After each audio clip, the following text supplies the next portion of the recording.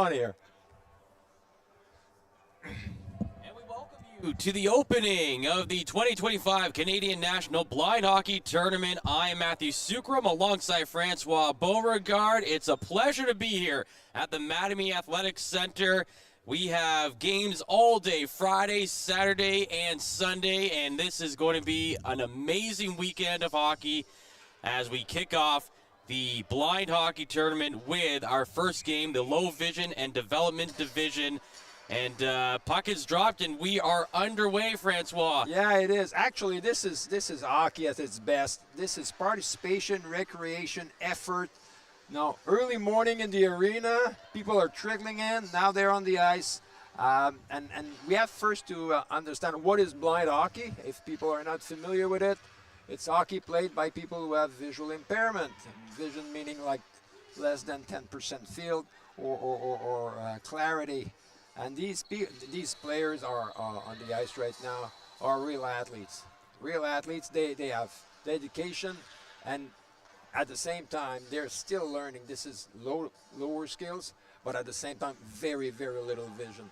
Some of the players are actually totally blind. Yeah, we have several divisions that will be played throughout the day. There's a children's division, select division, youth division, open division, and for the first time ever, the Masters division. So there's going to be lots going on here at the Mattamy Athletic Center over this weekend. Formerly Maple Leaf Gardens, this is Ted Moritsugu with the puck in the neutral zone. And I don't want to guess Ted's age, but he could be my father, and I'm in my early 60s. Yeah, again, this is for players of all ages at this division, isn't it? Oh, Ted has been around for, quote, ever. This division is characterized by players who have really, really very little visual residual, very little of it. Renee Giamarole is trying to get that puck out of the zone. And she does. Getting over there is Moritsugu. Dishes it off to the far side boards. Up onto the stick of Kreschini. That's Romel Kreschini.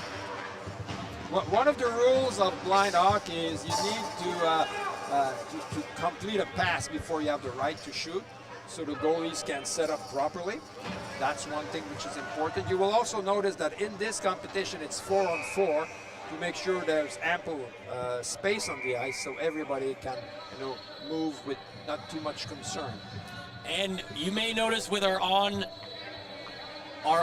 on-ice mic, you can pick up different whistles. Why don't you explain that for us, Francois? Well, you got the regular hockey whistle, which the little object in which the ref is blowing, right? Which is, everybody knows that whistle. The shrill noise is actually an electronic whistle that indicates that the pass is good in the offensive zone. That allows the goalie, who is totally blind and nevertheless he's on top of that blindfolded. So everybody knows on defense that, oh, the pass is good, a shot is coming, so let's brace ourselves. That is very important. And it makes the whole difference. The other adaptation on blind hockey, for those who can see, the nets are 3 feet high instead of 4. This way people do not try to shoot too high, because as a blind goalie, to get a steel puck in your on your forehead, well, it's a rude awakening. That's it for sure. So it's a delayed offside here. The officials telling Team Yellow they have to back up. Yeah, exactly. It's important because we abide to the rules of hockey, even though people don't have practically have no vision. So they have to abide to the rules. So if there's a delayed offside, the referees will help out, letting, as they just did, a team to back off and let the possessing team to organize in their own zone. And once that is done, then everybody is moving up the ice. And I imagine offsides are even more important in this game, right? Because again, you have to make that pass when you're in the offensive zone before you can shoot, and again allowing the goalie time to react to that puck. So there's no cherry picking going on. Exactly. It would be so easy to hide behind the D. That's right. And just wait for the errant puck and go and attack a I would say victim goalie, really. That would be terrible. So in this division, you have both men and women competing. So that's one thing. As the sport grew, the segmentation went on and on. The very first tournament, about 12 years ago, there was only 45 players. That's right. All Canadians, all male, all adults. That was the mindset, and we just divvied up everybody into 4 teams, and here we go. We had a 4-team tournament. Now we've got 7 divisions. You got kids, Which is amazing. You got kids who are amazing to watch, and some of them their jersey goes like under the knee, right? Anyway, so we've got kids. We have teenagers. There's a women division. There's the low vision and development that we are witnessing right now. There's the open division for adults, basically from age 16 to 40. There's the what they call masters for players who are 40 and plus, because we're starting now to have an older population. Well, I mean, starting from 12 years ago, you would, right? As that age group moves on. Totally, which is cool, because the participant in the Masters this afternoon really are people who've been playing in this tournament almost from day one. That's an amazing level of growth in just over a decade, for sure. Exactly. And finally, you got the Select Division, which will be aired later on this morning around 11:15. This is like the top elite players. They have some of them have played junior, midget, AAA, and so on. Oh wow! Okay. Yes, this is hockey that you won't believe that they have visual impairment.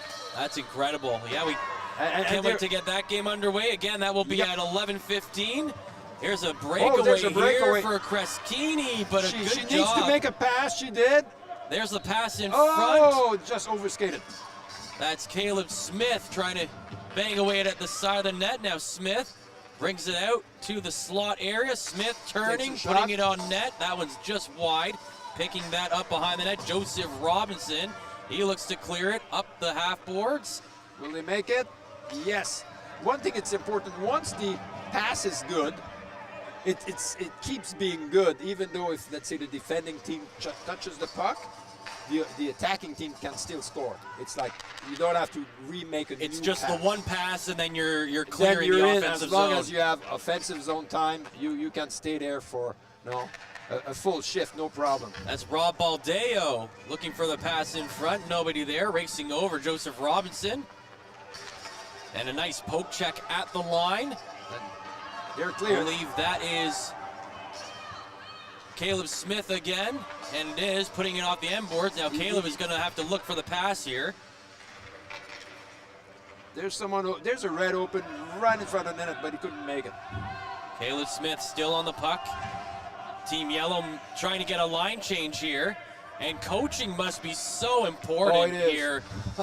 Communication between players, between a goalie and a defenseman, on the ice communication, and especially coaches to make sure that everybody knows where it's at, where to go. You go to the bench, you call your position. It is playing with visual impairment is one thing, but if you don't talk, then it makes it impossible. And this must be where it's hard too, right? It's stuck on the boards and it's not moving, so the puck's not making any noise when it's just stuck there. It is silent at that point until someone touches it and it starts to rattle again. The puck is made of, it's a steel casing. It's twice the height and twice the diameter of a regular puck, meaning about an inch and 7/8 to 5 inch and 3/4. It weighs about once and a half the weight of a regular puck. So that metal casing is hollow, and you got 7 ball bearings, tiny ones in there, and it's really like a very noisy article. If you're not on the ice and you just rattle it for the fun of it, everybody will turn around. That's for sure. So it's slower because it drags on the ice. It's bigger. It's matted black, so it's easier to see. And it makes noise, and actually it still vibrates a little bit. So even when it doesn't move much, you can still hear the vibration of it. It's like a bell. Puck is on just in the corner in the Red zone going over to get it. Kevin Brown trying to center it. Nice defensive play by John T to get that puck out into the neutral zone. 5.5 to play in this first period. It was John T playing on defense, right? That's what it appears to be. Yeah, Yes. John T is quite a character. He's a real athlete. He's been involved in wrestling, Olympic wrestling. Oh wow! For nice years. 3-on-0 here for the yellow team. The shot, big save, but it's in. Goal! Ronald Johnson unfortunately just pushes it in off his pad there, off the shot from Yellow's Brian McLean on that 3-on-0 into the zone. The initial stop was made. That was great. Actually, That was a very athletic play, getting over to his blocker side to make that stop. And that's the first goal of the 2025 Canadian National Blind Hockey Tournament. Exactly. But to get back to John T, now he's coaching wrestling. Oh, that's excellent. Oh, yes. That's a great sport. I wrestled in high school as well, and I loved it. It is very demanding. Yeah, you don't know your physical limits until you're on the mat with someone for 5 minutes. That is. So, even though sometimes the pace of play here might seem a bit slower, everybody on the ice is giving it 100%. Absolutely. All senses are lighten up. You have to feel the puck. You have to have proprioception to understand where you are on the rink. You have to hear your teammates, and you have to also block out the noise of the other team talking to each other. Right? That's right. That's why I said coaching has to be so important, because there's so much information to relay to your players on the ice. We got 3:25 to play here in the first period. Team Yellow up 1-0. And lots of ice time for these players too, right? I mean, the benches are we've got probably 2 forward lines and 2 defensive pairing units as well. That's it. So you're either on the bench about to go on the ice or on the ice looking for the bench. Right. Red team trying to clear that puck. Catching up to it at the line, and now playing in the neutral zone, Rob Baldeo. He'll send it back in, delayed offside though. Still a delayed offside here against Team Yellow, but it looks like Red will be able to play that puck out, and they do. Getting over to the boards and in control is Dylan Wood. Poke check there made. Good pressure. And that's Smith coming in. Smith has to make the pass, drops it back. That's Sage Chung. Tries to feed it back up ahead to Smith. Smith bringing it around the end boards. Moving through the middle of the circle, puts it on net. And standing her ground, Ashley Warnell. Smith doing a great job to keep that puck in the zone. Looking for the pass in the middle, just getting by the stick of Brady Hadfield. The pass is still good, so the Red can simply go at the net anytime they want now, as long as the puck doesn't leave the zone. Smith with the shot, scores! Caleb Smith puts it under the pads, and we have a tie game 1-1 with 1:40 to play in the first period. Ashley Warnell made a good save on the initial attack into the zone, but couldn't stop that one. And Smith really deserved the goal on that. He did everything on that shift.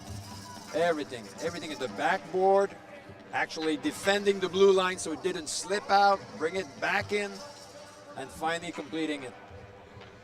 Used his teammates well too, had a couple of passes there to keep that play alive. And so 1-1 as we approach the final minute here. As the clock keeps running in between whistles here in the first period. Good hard play on the boards. That's Smith again, feeds it up ahead. The shot just wide off the stick of Kreschini. Smith blocking that clearing attempt. Now Kreschini trying to move it in off the backhand. Nobody there for that pass, and the puck is cleared by Yellow. And the puck slows down with avoiding the icing call, getting control of it, Tessa Rankin. Playing alongside her sibling Frances Rankin, and Ian Rankin is also coaching Team Yellow. It's family feud this morning. That's right. You got the Rankin family on one end, and you got the Ruddle family on the other end. So there goes the buzzer. First period has expired, 1 goal apiece. Smith for Team Red tied the game after, I believe it was Joseph Robinson who opened the scoring. Or check that, Brian McLean who opened the scoring earlier on in the first period.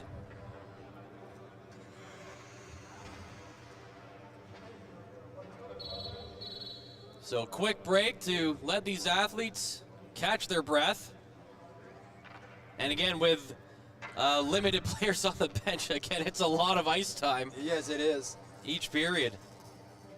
Nice to see some folks have filtered into the Mattamy Athletic Center off of Carleton Street in downtown Toronto.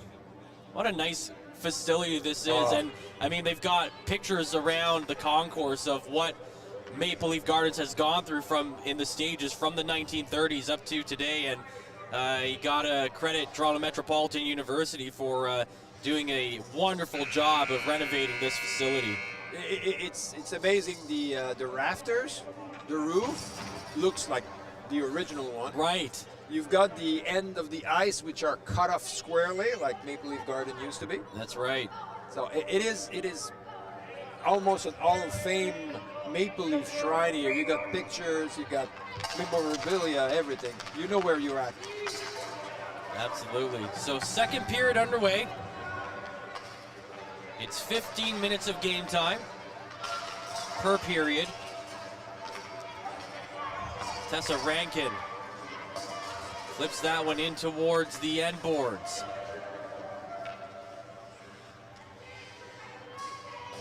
Red team looking to clear. Just gets by the stick of Rene Giamarole. Rene's brother, Dante, is actually playing in the select division. That's excellent. We've got a couple of players whose siblings are playing later on throughout the day. And that's a wonderful thing about this tournament, is it is a lot of families who get to participate throughout the tournament. The Ruddle family, the Rankin family, the Gianmaroli family. Yes, it is. This is Giamarole, and they will go offside. The play was there, but Kevin Brown, number 9. Just a touch offside. Yes, exactly. Kevin is actually a former member of the U.S. national team. I was just about to ask, you talked about the growth, and you talked about how first year 45 players all from Canada. Now, as you said, this has really become an international tournament, and in fact there's going to be an international series in Montreal next month. There will. It's actually the last weekend of April in Montreal, part of Défi Sportif, which is a huge parasport multi-sports event. And part of that, there will be the Canada-US Series, another installment. Canadian and American national teams have played against each other since 2018. In Pittsburgh, in Ottawa, in Toronto, in Fort Wayne, in St. Louis, and now it's coming to Montreal. It will be Team Canada against Team USA, and that will be really high-level hockey. Yeah, we're looking forward to that tournament as well. And like you said, full of a full weekend of parasport athletic style events, right? So Montreal will be buzzing that weekend. Well, yeah, parasport will be the word of the week. Défi Sportif has been taking place in Montreal now for over 30 years. There's 6,000 athletes from all over North America, Europe, and Asia competing in all kinds of sports. You got wheelchair basketball. I was about to ask, it's not just going to be winter sports, right? There's a winter sports segment actually that takes place in Quebec City earlier in the season. Okay. Because you got para skiing and para cross country and so on. The hockey will be integrated with the summer sports. Excellent. Which is fitting, right? Because the Wow. first ever hockey tournament that was played at the Olympics actually took place during the summer games. There's a bit of trivia. That's interesting. Yeah. Which year was it? I believe it was in the 1920s, and I believe 1924? 24, yeah. Anvers. That's right. Yeah, Antwerp in Belgium. In Belgium, yeah, and it was the Summer Olympic Games. Oh. Well, I don't know where they found ice in the 20s, but we'll have to research that. But yeah, the Canada-US series in April will be part of a very attendee huge para sport. So all the media attention will be focused on the different venues, and some of that sport in Montreal will be recreational with schools and youth, and other ones will be high level.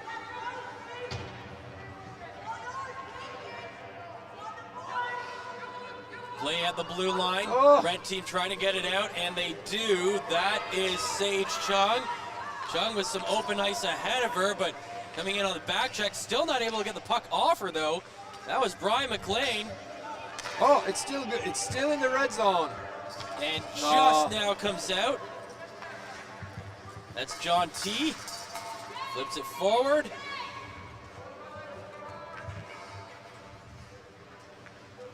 Now chasing it into the corner, Dylan Wood. Trying to get this past Sage Chung. John T at the line. Good battle there for it. Sage is really doing a great job. She's forechecking relentlessly. Hard off the boards and cleared. Nice defensive play there on the back end, just waited for the puck to come loose. And Yellow's able to clear. And that's Sage again, Sage Chung on the backhand. Sends it back into the neutral zone, gets some clearance, and the puck is back into the attacking end for Red. Robinson, check that, Wood gets over, gets it out. T. Looking for an option. Sends it through a bunch of skates, sends it to the far side boards right in front of Yellow's bench. That's Kevin Brown, first one to it for Team Yellow. Trying to move it ahead, trying to beat the defense. Oh, he's got speed. Gains the attacking zone, needs to make a pass though.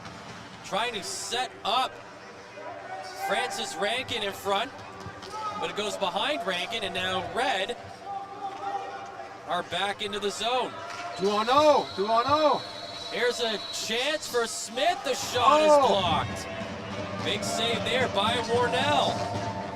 Red still attacking. Smith again with a shot. That goes just wide. Smith around the end boards. Remember, he scored back in the first period. That one goes off the side of the net. Trying to center that one.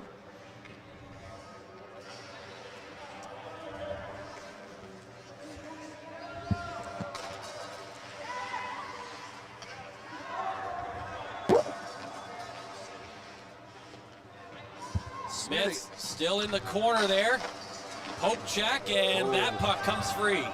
One question that people have often when we describe blind hockey is, aren't you guys running into each other all the time? Well, actually, not that much. Because first, we're trying to avoid it. We're not looking for it. That's one thing. It does happen. Sometimes it happens in awkward moments, like you're rushing up the ice and one of your teammate is skating back to the bench for a change. Then someone might be vulnerable. But on the action, really, I would say most collision you see are willingly. No. It's not an accident. Sometimes it's for real. Hockey is a contact sport, and referees are smart enough to distinguish between happenstance and I would say illegal checking. That just becomes part of the game, though, right? Exactly. I remember the very first time I touched the ice as a blind hockey player about 20 years ago. On my very first shift, I told myself, this is crazy.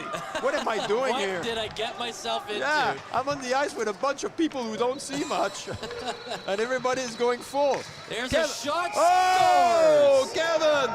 Kevin Brown with his first goal of the game, and he gives Yellow their second lead of the morning. It's 2-1 Yellow with 6.5 to play in the second period. Oh, Kevin really ripped that one. It was over the pad.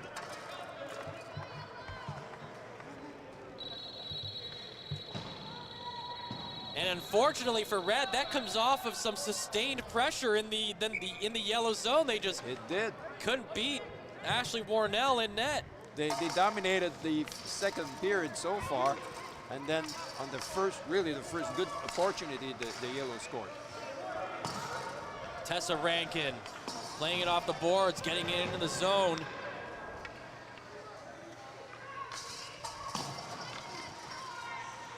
Now John T. looking to clear.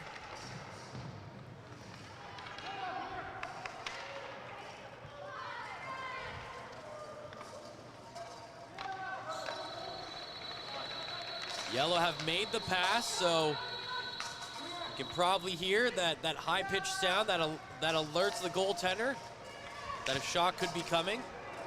Yellow is controlling. Nice play. Shot goes wide off the near side corner. John T for Red, trying to move it out. John T gets it to the neutral zone, still controlling. Plays it over the blue line. John T going up against all four Yellow players, but he's fearless. He's fearless. I've played against John and with John over the years, and he has no fear at all. He will do what needs to be done. But now it's Tessa Rankin playing it to the middle of the zone. Yellow Pass trying to attack here. The shot from a sharp angle is stopped. Save made by Ronald Johnson, and he'll hold on to it for the whistle. 4.5 to play in the second period. You see how much Kevin Brown's goal changed the momentum? That's right. Since they scored, the Yellow are all over the Reds. Yeah, John T had that rush up the ice, but didn't have any support. He was alone. I think they were doing a line change at the same time, so he did what he could. That's right.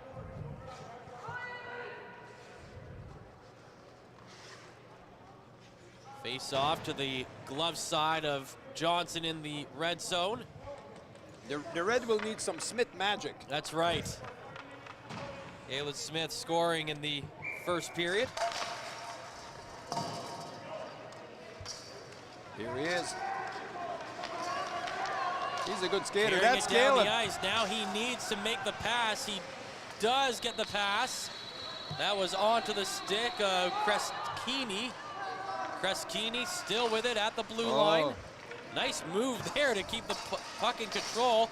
Now he feeds it to Smith in the middle. Smith with a shot, save made by Warnell. Smith looking for it again. In the middle, puts it on net, but puts it wide. Kreskini chasing it to the near side boards. Kreskini puts it on net. Defense is there to help out Warnell. But in control of the puck, it's Ted Mortsugu. Putting that one on net.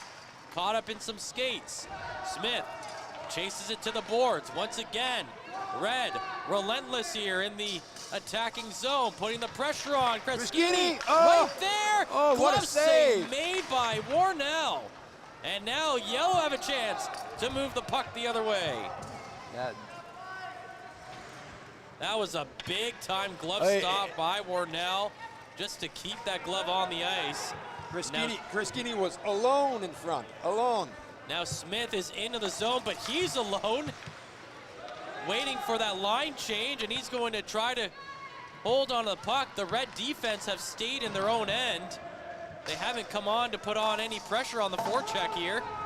And Yellow with a good clear to get that puck over the blue line. Delayed offside now. Yellow will clear it again. This one goes all the way into the crease. Now, Yellow can't score from their own end, right? They can't put it on their net like that. No, because the goalie is unaware. That's right. So all you can do is clear and try to force the face-off, which they just did. Exactly. With 1:50 to play in this second period. 2-1 lead for Team Yellow. McLean and Brown, the goal scorers for the Yellow side. Smith had one back in the first period.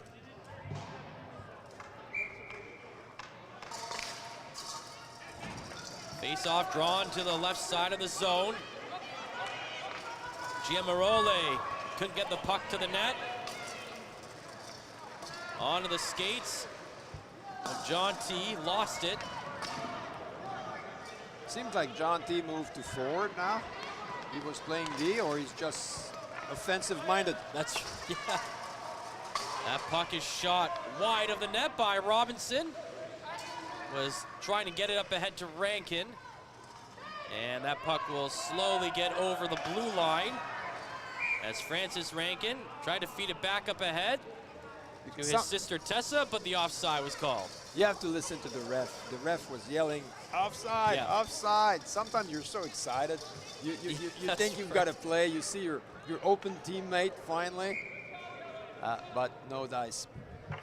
And lots of hugs as Tessa Rankin was making her way over to the red bench. Again, I imagine a lot of these players know each other from playing either against or with each other from previous years. And well, that's the beauty of this community. People have been playing with or against each other for years, as you said, and everybody knows everybody.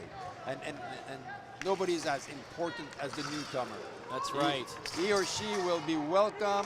We'll make sure they have time, they have space, and they could fully participate. And as time runs out, maybe that's a good way to segue into this break here. Why don't you tell the folks that how someone does get involved if they themselves are visually impaired or they have a child visually impaired? How do they get involved? Well, it's now the beauty of it is now that in Canada and United States mostly, Finland also, but basically for a Canadian, you just go on the website of Canadian Blind Hockey.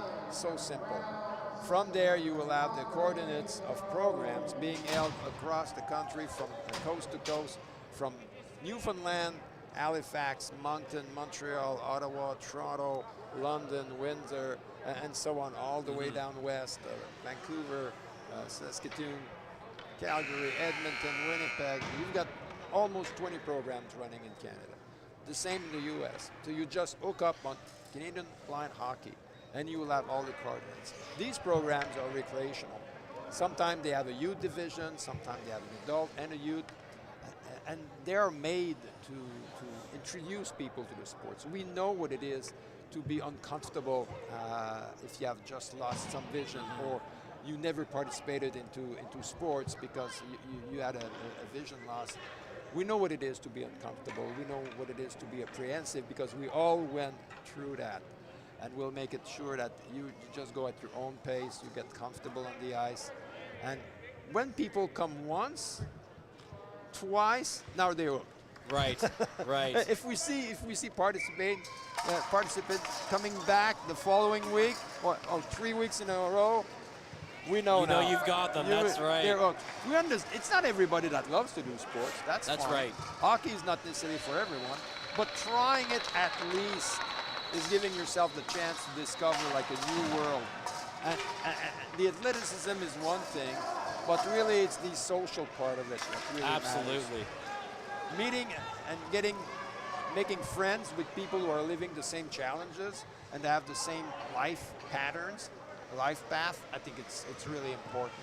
Third period underway. Yellow team ahead 2-1. And as you mentioned before, with especially playing all those tournaments in Canada and into the U.S., that must have been hugely important for the growth of the sport. As we'll pause on that as Smith goes into the zone. He's on a breakaway, but remember, he has to make the pass. He's got a player in front of the net, can't get it over, and Smith will carry it, looking to make the pass. Not quite. Just slid past the stick of Kreschini. Now holding it on the boards. Oh, the pass has been declared good now because Kreschini got control of it in the back end. But Yellow are able to clear. When we talk to parents of visually impaired kids who are participating into the youth program, or even with young adults, we had like great testimonies of how it changed people's life. Right. How it built confidence, how it built rapport. People with visual impairment tends over time, because of difficulty of accessibility in society, to be alone, to be at home, right. to have an active, healthy lifestyle, if there's not like a willing effort. And so hockey is a great way because it's both sports and community at the same time. For a kid to go back to school on the Monday and say, hey, I played hockey too this weekend, to their friends and buddies at school, it makes a whole lot of difference. No doubt.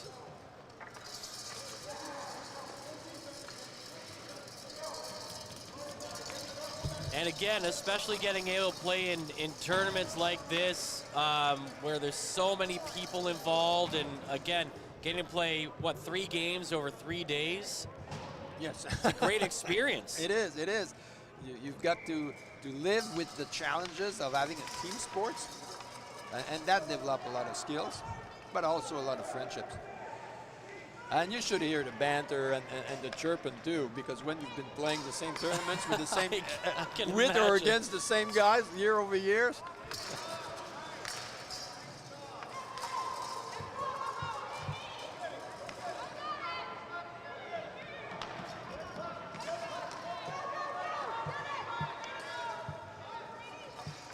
Puck in the neutral zone. Brian McLean taking a whack at it.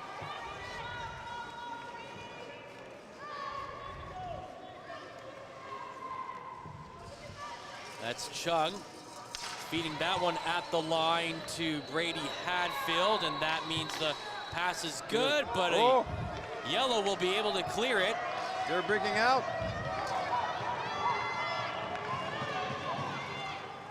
Into the attacking zone, looking to get the pass, but Red on the back check is able to get it out. That's Chung again. She's had some great shifts in this game. And she's pushing forward again. She's in the yellow zone now. Dylan Wood trying to move that one out of the zone.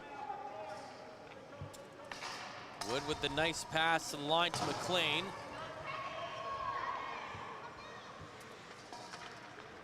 McLean skates by the puck. It's still in the yellow zone as Chung got control of it. Now trying to move it past the stick of Shannon Murphy. Puck now making its way back to the near side with 10.5 to play in the third period. Red looking for the equalizer, but it's McLean carrying it. McLean sends it into the red zone. Shannon Murphy is another veteran. I remember playing Shannon 15 years ago. He's a he's a tough customer. He's not a big guy, but if he has a chance to poke the puck out of you, he will. John T with control of the puck. T can't clear it. That's McLean with the shot. Lifted that one off a body in front. Loose puck in the slot. They're whacking away at it, but it's cleared out by Red. Chasing that one down, Joseph Robinson dumps it in, but there's a delayed offside here as McLean will touch the puck. And with 9:40 to go, faceoff will come outside the red zone. Up next at 10 o'clock will be our Children's Division Game 1. And that's a sight to be seen. No kidding. These kids have bigger hearts than anybody else around here.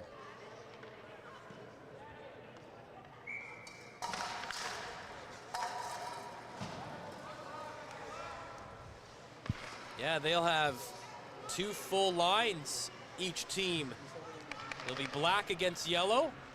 Both teams have a pair of goalies as well. And again, we'll have that one for you right here on the Canadian National Blind Hockey YouTube page. But there will be a new live stream link for each game. But as long as you're on the page, you'll see that link pop up. And you can follow along. Matthew Sucrum with you here alongside Francois Beauregard for our opening game.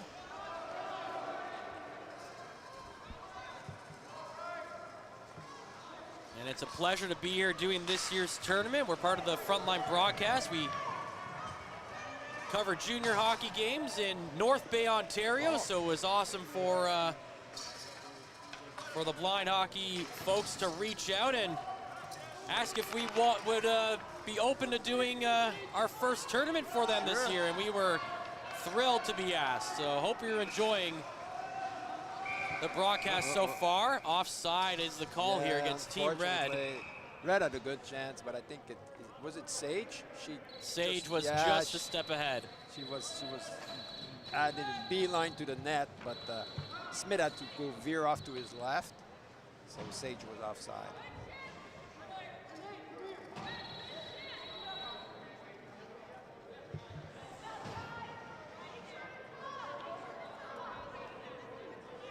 A lot of kids in the youth division are the product of the Toronto Ice Owl Kids program. It's really, this is the most successful kids program in Canada. They've been running now, I think, for 5 or 6 years. They play every Sunday at evening. There's up to 24 kids on the ice. Oh, wow. With half a dozen coaches, segmented by skills and all that. So no kids is left alone, that's for sure. And some of these kids now have grown into that program after 4 or 5 winters. For them, the kids division here at the tournament is it's the ultimate event.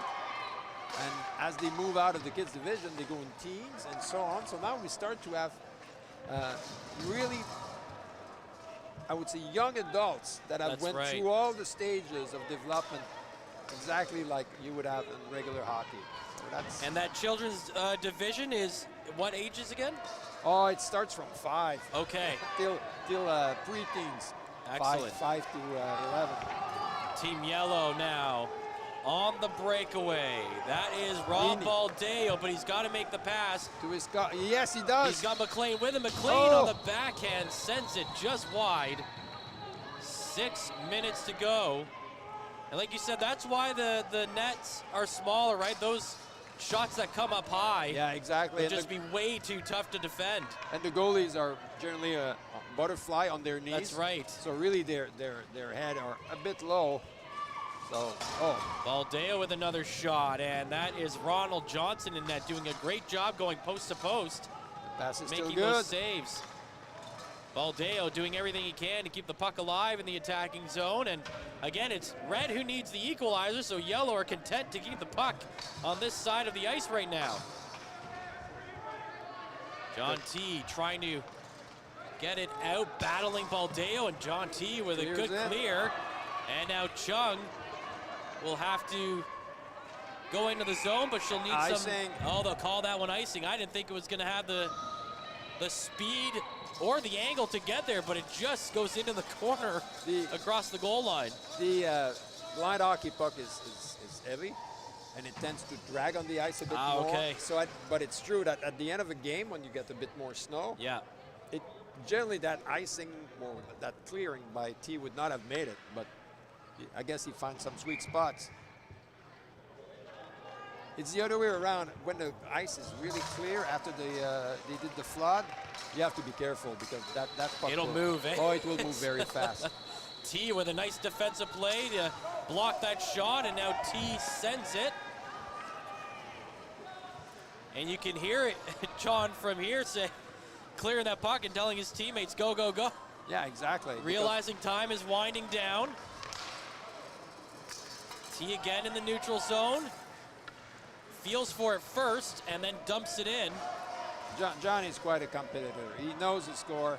He knows time is running out. Catching up to the puck, Joseph Robinson, he clears. John T trying to chase that one down in his zone, but getting to it first is Tessa Rankin. Rankin behind the net, lost it.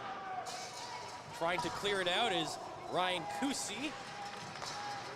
Yellow keeps it in, Kusi attempts again. Oh, there's a big collision on the boards. Yellow keeping it alive.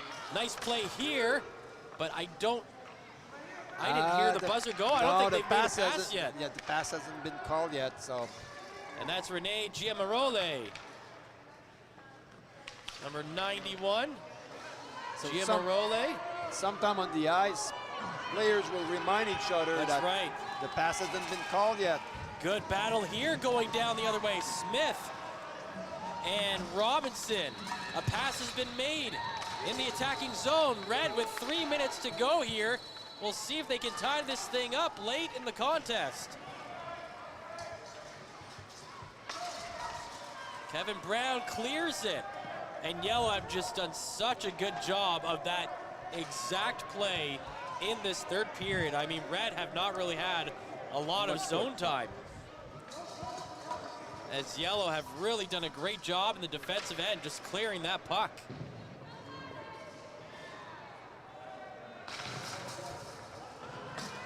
Kusi gets the puck around to the far side boards. That puck slowly trickling, still not clear. Out. There it goes. Out now. Yellow sitting back a little bit. They're gonna force Red to gain every inch of the ice here. Uh-oh, that one would have been unfortunate. Yeah, it would not have been a goal because there was no good pass. But so it would have been own goals, son. But at this stage, Red needs all the time on the clock. And they've got 2 minutes now. Yellow clears it again. Yellow knows the score. They're defending. They're pushing the puck forward. They're forcing Red to go all the way back. And now they're good to keep control of it as far away from their own net as possible.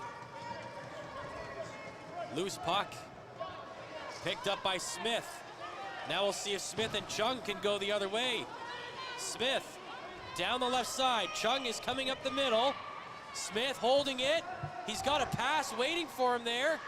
Can he get it over to Chung? He's gonna try just past the stick of Chung.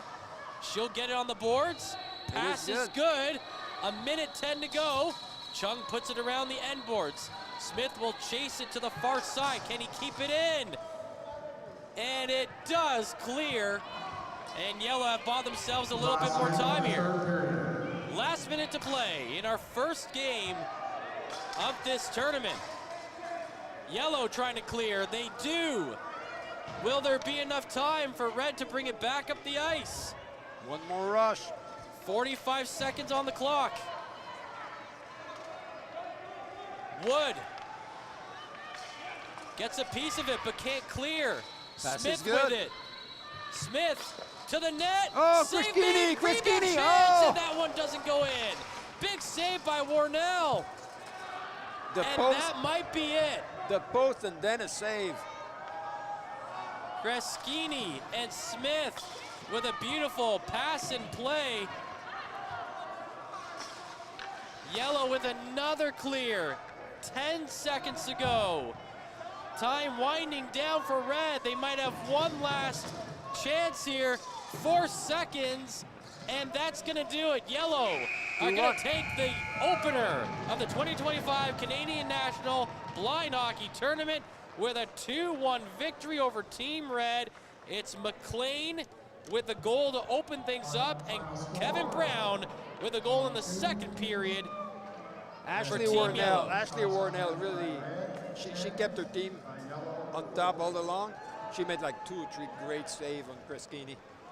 Yeah, and then she also made that glove save back in the second period when the teams were tied 1-1 to keep the score even, and then just a few minutes later it was Yellow that was able to take the lead. All right, Francois, I am going to sign off. I'll be turning things over to my play-by-play partner and Courtney Kenny. He will be bringing you game 2 of this tournament. It's Children's Division game number 1, and again, you can follow along on the YouTube channel. We'll have a link up for you in just a few minutes for where you can catch that game.